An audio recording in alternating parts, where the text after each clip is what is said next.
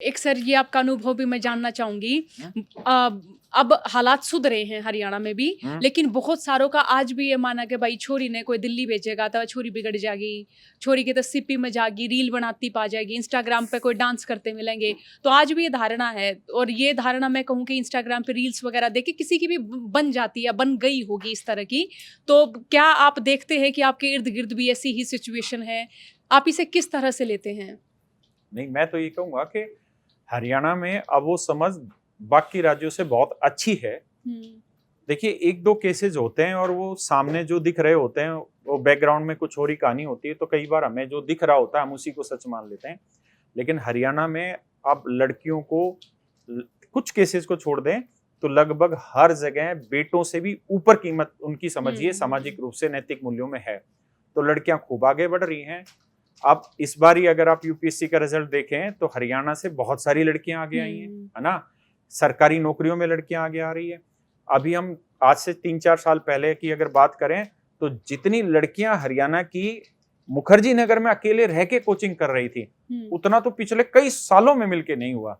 तो अब मुझे लगता है बराबरी का हक मिल रहा है, माँ-बाप इस बात को समझ रहे हैं और हरियाणा में अब सच्ची और अच्छी चीज़ ये है कि माँ-बाप पढ़ाई की कीमत को समझ गए हैं। हुँ। तो मुझे नहीं लगता कि इस तरह की कोई दिक्कत है। रही इंस्टाग्राम पे रील बनाना या यूट्यूब पे रील बनाना, ये इंडिविजुअल टू इंडिविजुअल डिपेंड करता है, लेकिन लड़कियों को भी और लड़कों को भी ये समझना होगा कि पहला सपना आपका जो है उसको फॉलो करो। अगर आप सरकारी नौकरी की तैयारी करने लग रहे हो तो पहले उस पे ध्यान दो, बाद में आप आस्की भी करो, बाद में आप इंस्टाग्राम पे रील भी बनाओ, पहले कामयाब हो लो। बेसिकली क्या होता है कि कुछ चीजें ऐसी होती है जो डिस्ट्रैक्शन होती है और वो डिस्ट्रैक्शन आप कई बार इतना हावी हो चुके होते हैं आपके दिमाग के ऊपर कि आपको आपकी मंजिल तक जाने ही नहीं दिया जाएगा। आप पहले उन चीजों में बहुत बुरी तरीके से परेशान होते रहेंगे।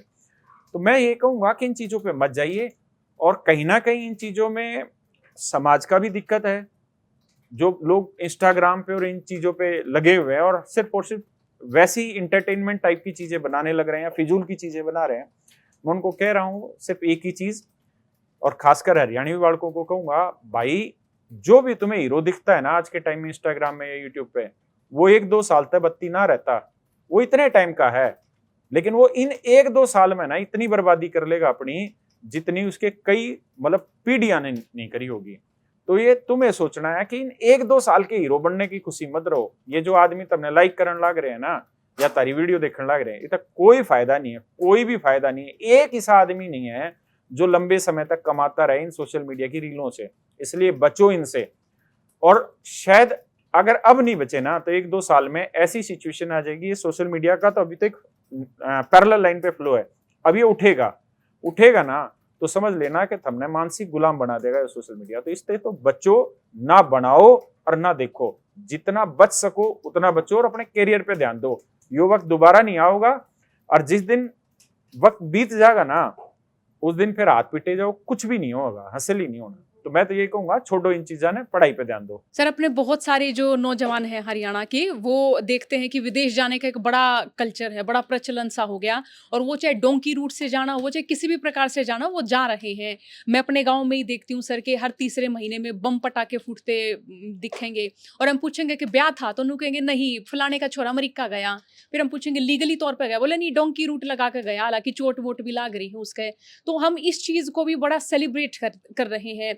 तो आप इसके पीछे क्या धारणा मानते हैं? क्योंकि मैंने जो धारणा देखी वो ये देखी कि भई पैसे आवेंगे, ठीक है, एक बार दुखी-सुखी होके हमारा बालक चला जाएगा विदेश में, नौकरी के लिए 4-5 या 6-7 साल तक इंतज़ार करना पड़ सकता है, लेकिन बच्चा विदेश चला जाएगा, दोगुनी कमाई होगी, डॉलर में पैसे आएँगे, परिवार का आर्थिक स्टेटस जो है वो बढ़ जाएगा। आपका इस पर क्या सोचना है? देखो मैं ये कहूंगा कि तुलना जो होती है ना वो बहुत अच्छी चीज नहीं होती। कुछ ही महीने में ठीक है, बाकी महीनों में तुलना या कंपैरिजन करना गलत हो जाता है।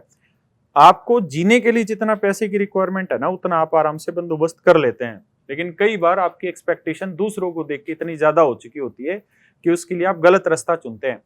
मैं अभी आपको एक वेब सीरीज का नाम लूंगा, मैं कल ही देख रहा था उसको। एक वेब सीरीज आई है अमेजन प्राइम पे, मिट्टी एक नई हुँ, पहचान। हुँ।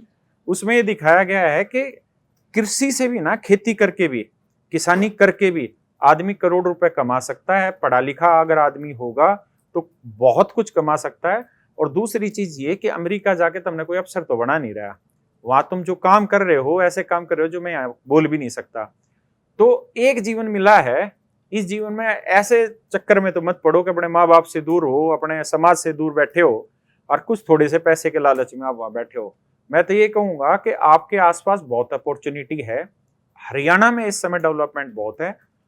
आप थोड़ा सा दूसरे से कंपैरिजन कम करो और ये देखो कि आपके पास कौन कौन से इनपुट हैं, कौन कौन सी ऐसे चीजें हैं जिसके थ्रू आप पैसा कमा सकते हैं ईमानदारी से। तो आप उस पे ध्यान दो बजाय के डंकी रूट पे जाए। आपने ये भी तो देखा होगा कितने लोग डंकी रूट पे गए और मारे गए, है ना। और अब अमेरिका से कितने लोग डिपोर्ट करे गए हथकड़ी पे ना आके, और फिर क्या ही कर लोगे वहां जाके, काम जो करना है कोई अफसरी का थोड़ी करना है, सीवर साफ करते पाओगे, बढ़िया लगेगा।